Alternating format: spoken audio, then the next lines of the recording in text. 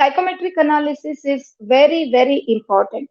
So it tells think with the mind, act with the body, and learn with the mind.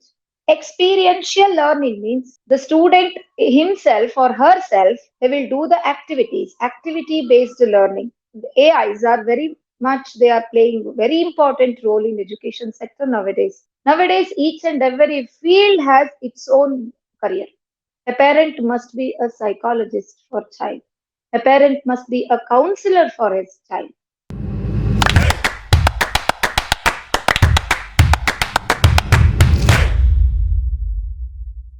Hello and welcome to Great Principles, an educational and interactive talk show that brings together best school leaders globally. I'm your host Seema Chhoriya and it's my pleasure to welcome you all in today's session.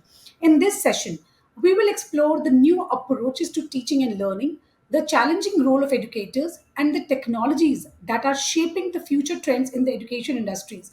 We will discuss the importance of equipping students with the necessary skill to succeed in a globally and rapidly changing world.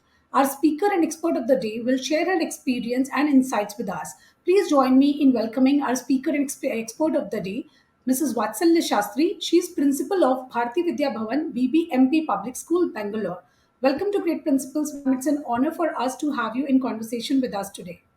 Thank you, great principals, and thank you, Ms. Seema, for considering my name for this great talk. Thank you once again.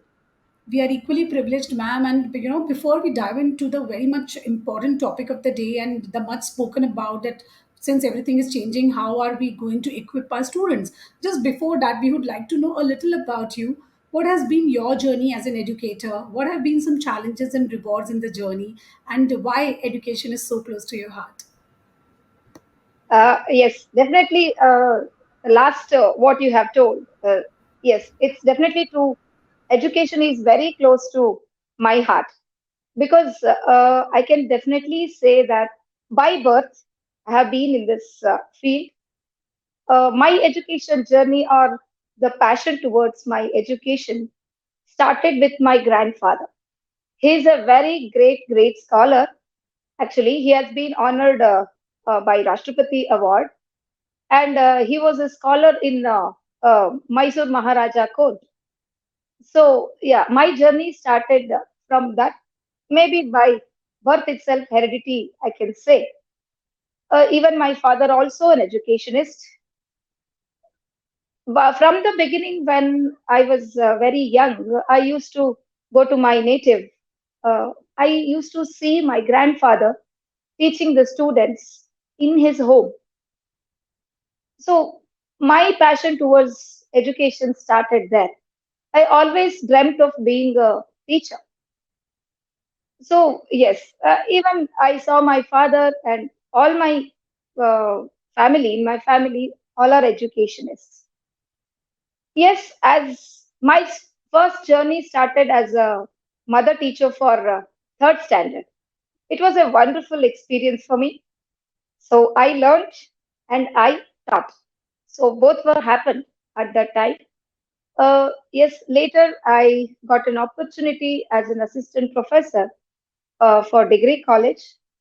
I was very much interested in Sanskrit language.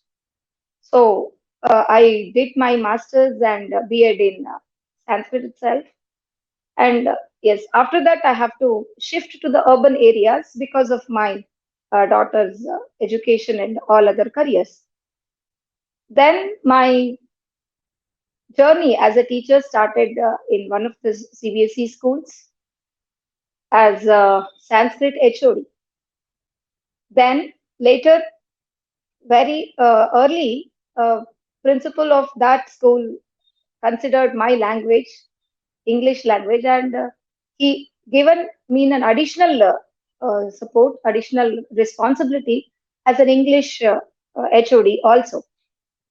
Yes, I always dreamt of giving a quality education to students because I believe children are the good citizens who can build our nation very much. And also, I believe in, personally, I believe in Sanskrit language very much. So it has a very great source. Whatever we have, whether to go for medicine or engineering or architecture, We have sources and we have literature in Sanskrit. So I personally promote Sanskrit, and each and every student should learn so that our culture, our education will be as strong as we dreamt of. So now actually I'm working as a principal in Bharatiya Vidya Bhavan school, BBMP public school. So which is a different kind of school altogether. Uh, I can say a very, very proper platform for me to educate the students. So that school, actually my management has started that school for the underprivileged people. So it is located in a slum area actually. We are giving education to those children who are come from such background. Maybe some of the students there are orphans. Some students are single parented. Such kind of every child has its own story there. So we are very proud to give education for such children, and our dream is, yes, to change the scenario of the what is that, the situation, the slum area in front of our school, at least after 10 years. That is our motto. Yes, I'll be very proud to work in that. Wow. So hailing So from yeah, the this is how my journey is going on. Yeah. And you're hailing from the family of educators, and no doubt that education runs in the blood. And that you've been so passionate about it that you want to just go on with it and go ahead in your life with it. And I really love the point where you mentioned that your management has, opened up an entire school to support the not so well to do section of the society, the weaker section of the society. And this is what is needed as educationists, as trustees. We need to have this kind of attitude towards, because government is doing their bit, but as a society, when we collectively take efforts, that is when we can change. There has been a statistics that almost 30 lakh children are orphaned in our country. And it doesn't mean that they are coming only from the weaker sections of the society. In COVID itself, there have been some around 10 lakh students getting orphaned. So, what about them? There is something called humanity. And when we teach this to our children, we need to set an example of doing the same. So, first of all, kudos to such an organization and to such people, those who are associated with this. Great work, ma'am, you people are doing. And I really, truly applaud that work. And I hope that taking an inspiration from you and your organization, others may also awaken and do something for the society, not just talking about it, that something should be done, government should do something. We also have some responsibility. So beautiful thought to start our day. And now we will discuss something about our topic. So it is as we are moving further rapidly into in the 21st century. It's already been 20 years crossed. Is There is a rapid shift in the education landscape, and I would like to understand from you that how do we keep these our children up to date with the trends and with the things which are not even seen by us, unforeseen future. Like COVID suddenly came and we were all sitting inside our home, people were jobless, no pays. So what are those skills that will help our children to thrive in any kind of environment ahead in future? We would like to learn from you, ma'am, today. Yeah, thank you. I would add one or two points regarding my school, the system of my school. Actually, we have tied up with BBMP. Here, we are giving 50% admission for BBMP, which is 100% free of education. So many good-hearted people come together. It is completely a charity-based school. They come together and they are helping us. Many donors are helping us, and we are running a very beautiful school, which even a corporate school cannot afford it. Sometimes I can say. So that is what we are giving. So coming to the topic of the day, I can benchmark, as you told, I can benchmark the pandemic period for this. Yes, for everything what is happening now, this pandemic period has become a benchmark. So during the pandemic, the complete world has has been down with, maybe in many fields, medically, socially, financially, emotionally. So in every aspect, this the what is that? The situation is down. The people are very much down during this pandemic. But I can say the education field is the only one which was booming high during the period. with online and advanced technologies for keeping the children engaged in the education, not to become means make them to down with their education. So I must say, yes, hats off to this modern technologies which helped us during that time. So when it comes to that topic, I can say, yes, my topic I want to talk with in three different divisions. So first one is the digital literacy, what we are all talking about this. Definitely the digital literacy, what we are into this scenario, modern technology, what we are talking about, definitely helps. That too in after COVID is very much helpful in this digital literacy. So many learning videos and many learning apps are there in the market, which can give many information to the students. They are see they are not at all completely depending on the teachers, and even teachers also can get resources globally. Teachers and students both, they can connect each other. The classes can be interactive. So many advantages we have on this digital literacy. But one thing I can definitely say, these digital content or the modern technologies, what we are using in the education sector, they cannot supplement a teacher. They can connect technically, they can connect globally, they can connect socially, but they cannot connect a student emotionally. Emotional support, what we are giving, the personal care, what we are giving in the school by the teachers. No, these electronic gadgets can never do that. They can complement a teacher, they can support a teacher in learning, but they cannot supplement a teacher as I believe it.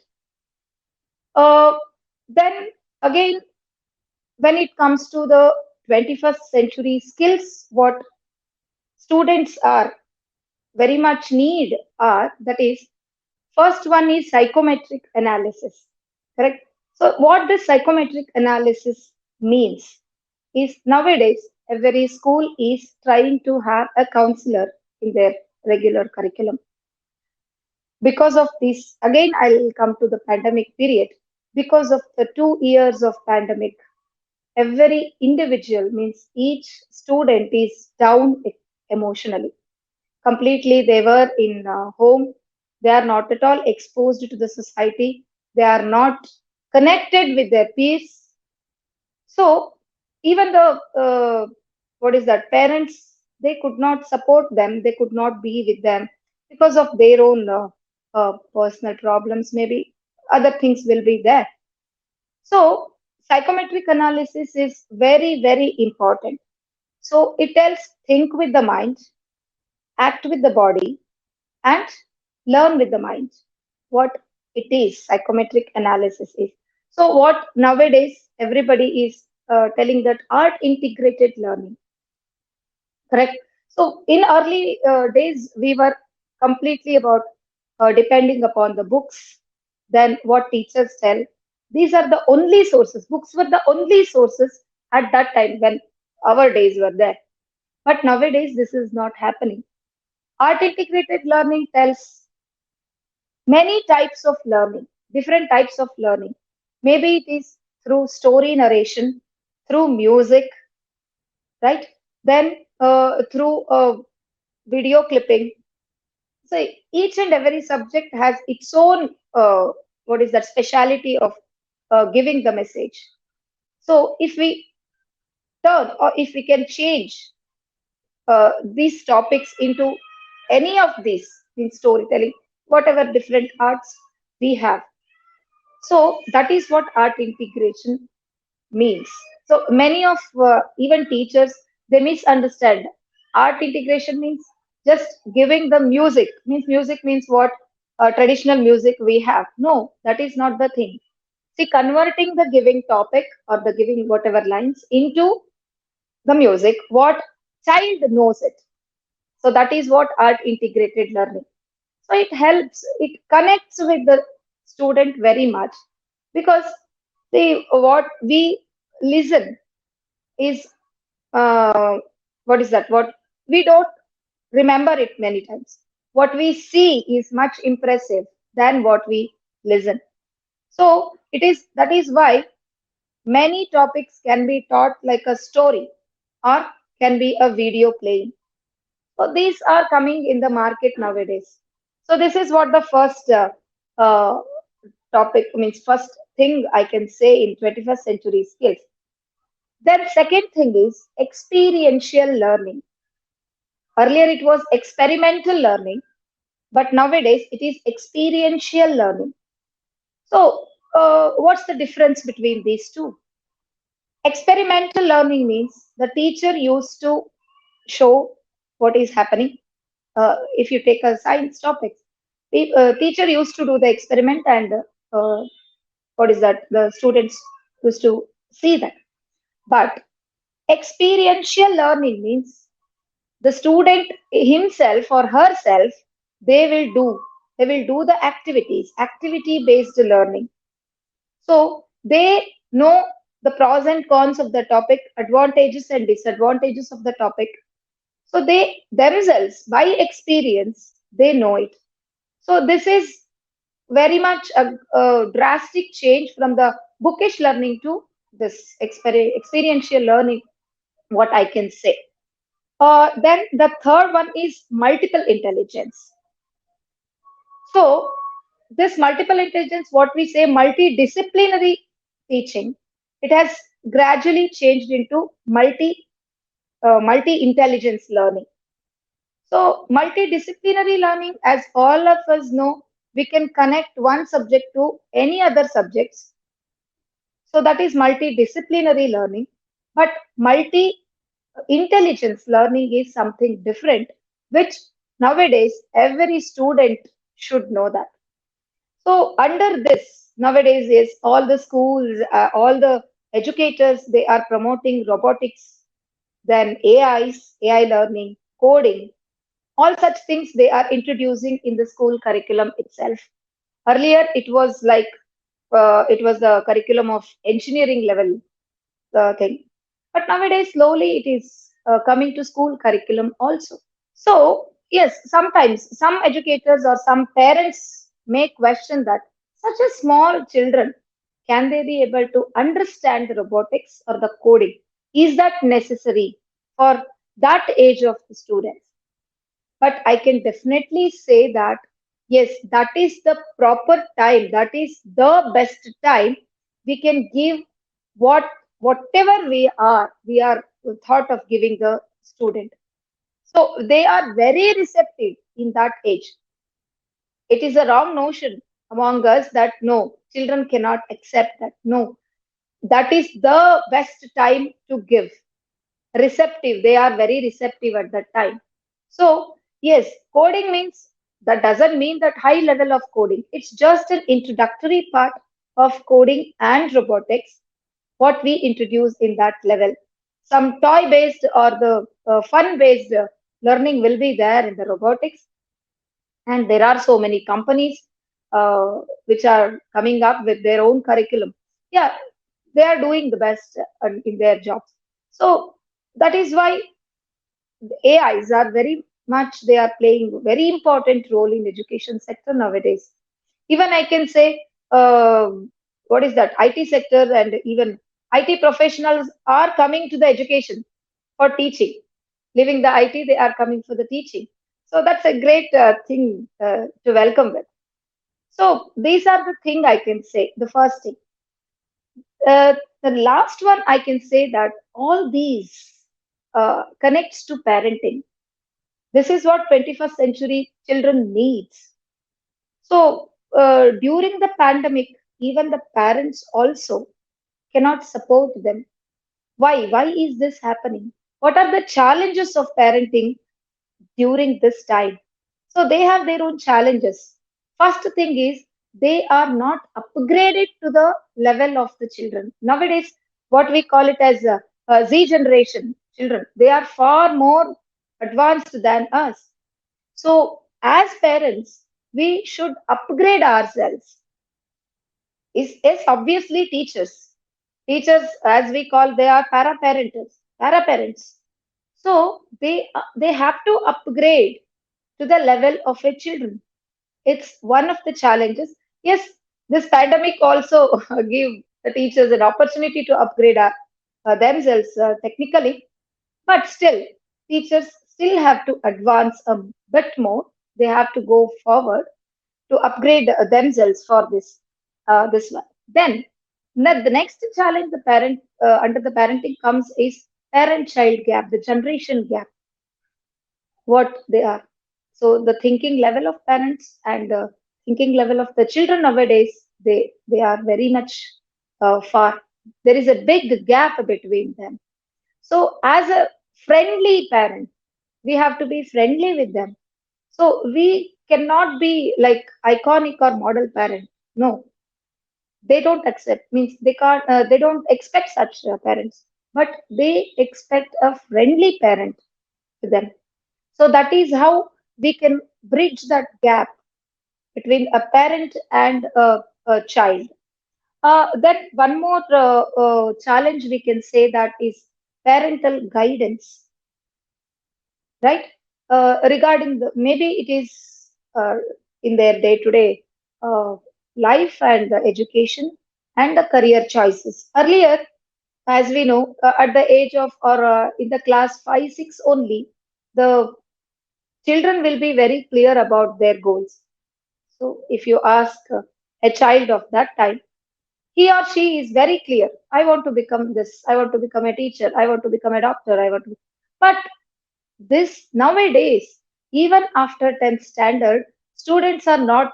They are not clear about their career. Why is this happening? Because parents are not passing on their experience, they are not guiding them from the beginning itself about their career. What? Because they are, and even teachers also. It's a what is that? It's a coordination between a teacher and a parent. So they have to mold from the beginning itself. They are the one who is seeing the child from the beginning, and they will be knowing what this child is capable of, what child this child is good at. So they have to decide or they have to counsel them, they have to pass on the message to the children about their career choices. Yes, actually, obviously, we know that nowadays many fields are there in front of them. That may be also one of the reason for them to be confused. But teachers and parents utmost duty to guide them. Nowadays, each and every field has its own career, not like earlier days. But yes, I suggest this is a very important aspect. They have to guide them. But for solution for this is parent must not simply a parent feeding them and giving financially supporting them. No, this is not only just the duties of a parent. A parent must be a psychologist for child. A parent must be a counselor for his child. Giving time. Yes, maybe parents nowadays, because of the nuclear family, support from other family members, we cannot expect. It's zero. But as parents in the nuclear family, along with their career, also they have to give them the time. That is the only thing the parent can do that. Give them the time for their children to talk with, to share their experience, and to be interactive with the child. Absolutely. So, this is what the 21st century skills, what nowadays children are, what is that, happening. So, finally, I can say that nowadays, modern 21st century learning, this is not only to get through in the board exams or the for certification. We are training the children for the next 2 decades. That is what happening nowadays. Whatever I spoke about the experiential learning maybe, art integrated learning maybe, multi-intelligence learning maybe. So these are all making the children very much strong for the next 20 years. the next 2 decades. So that is what happening. It is not at all for the sake of only the certification or only get through the board examinations. That is what I can say. Absolutely, ma'am, and very well and thoroughly explained. So, to all my dear viewers, I think ma'am has put up some very important points of discussion here. That what exactly is 21st century skills and what we need to equip our children. It's not just that there will be some technology, and with the help of technology, see, technology is imperative today. We all agree to this. But ma'am also made it a point that technology alone cannot do anything, and we saw this greatest example during COVID times. Technology was there at our fingertips, but we need a right facilitator between, and that facilitator is teacher. And ma'am rightly mentioned that how important it is for teachers also to keep upskilling themselves, to ensure that they are at the level, a level above, in fact, of their educators, because today children are exposed to so much of content everywhere that they are very well aware of what content is this or what information. All they need is how to apply that information properly, and that is where I think, ma'am, experiential learning also comes into picture. Application of the knowledge is what is hands-on learning, so which we technically called experiential learning. And ma'am also brought out one another important point, that for the success of students, it's not only the school and teacher those who are required. It's school teacher parent partnership which is essential, and how parents are required to spend time, and in what manner, what kind of time they're spending, what they're imparting, the career guidance, of course. Another thing which ma'am mentioned was very, very important. So, my dear viewers, you all have to think that what our children are going to face would be much more than what is today. They need these kinds of skills wherein they keep going on, where they are, indismissible. We need to upskill our children to that level that no one can dismiss them. These skills cannot be taken over by any kind of machines. So that is where we need to put our thought process for. So very well explained by Vatsal, man. I'm sure you all are going to try all these points shared by ma'am and put it into practice. So now we move to the last segment of the show, ma'am, which is called rapid fire round. Here, ma'am, we will be asking you some of the personal questions, so that our viewers understand a little more about you as a person. So, ma'am, you need to answer me in one word, or a single sentence would also do. Okay. Sure. Yeah. So here goes my first question. Ma'am, you hail from family of educators, and you mentioned that always dreamt of being an educator. But if you were not an educator, then what you would have been? Uh, I'm a leader. I want to become a politician. Politician. All right, great. So either ways, you're serving the nation only. An educator also Yes. serves the nation by shaping the nation. Great. So moving ahead to my next question. What you do in your free time? What are your hobbies? So my big hobby is my reading. And then second is I'm practicing Yakshagana. So it's my passion. Great. So moving ahead to my next question. What is one thing about you which many people would not know? Uh, I'm a very, though I look a very strong lady, inside I'm very sensitive. Okay. So Yeah. that side people are not aware that yes, you are a sensitive person within, and you just don't let it come up on your face, right? Yes. Yes. Okay. What are you currently reading? You mentioned that reading is your hobby. So what are you currently reading, and who is your favorite author? So my favorite author is S.L. Bhairappa in Kannada. All right. And what are you Yeah. currently reading? So Any book that nowadays, you'd like to mention, or the book that you? no, actually, nowadays, any of the novels hasn't come yet. So recently, means his last, this one is Uttarakanda, recent novel is. So I read that recent novel. Uh, that is what read. Again and again, whenever I feel like I read his novels only. Okay. Moving Yeah, ahead to my next question. Twitter, Facebook, or Instagram? Where do we can find you? Facebook. Facebook. All right. Do you think that we all need to have our social media profile today? Yes or no? Yes, but we have to be our under control. how it should be used. That's true.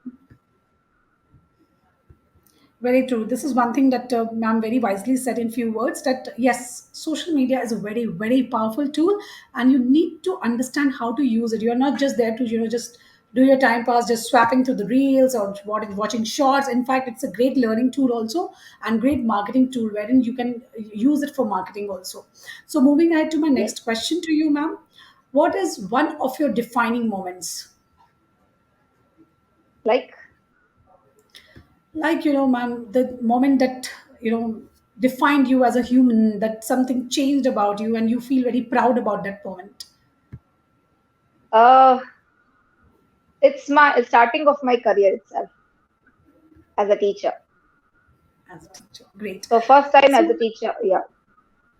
first day of your as a teacher has been the defining moment in your life. All right. Moving ahead to the last question. If there is one thing that you can change about current education system, what you would change?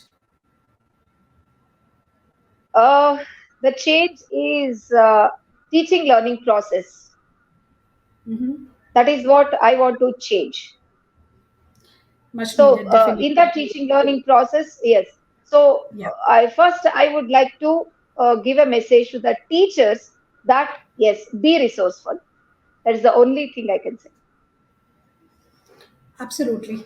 So teaching will go on and on forever, and we will keep requiring good teachers.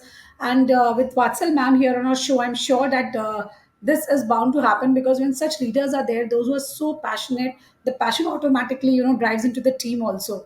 So Vatsal ma'am, thank you so much for your time with us. It was truly an engaging session. I thoroughly enjoyed it, and I'm sure my viewers gained a lot today. We really, Thank you. are very, very privileged to have you. Thank you once again for all your team and yeah. So definitely, I hope that my message reaches to all of the audience and they will implement it so that all of the our educators, as like me, though definitely they will bring a change in the education system. What we all into it nowadays. Absolutely, ma'am. So, thank you so much once again, my dear viewers, for listening to us. Stay tuned. Do subscribe to the channel, like and share as we bring into you more educators sharing their experiences and journey. Thank you so much once again.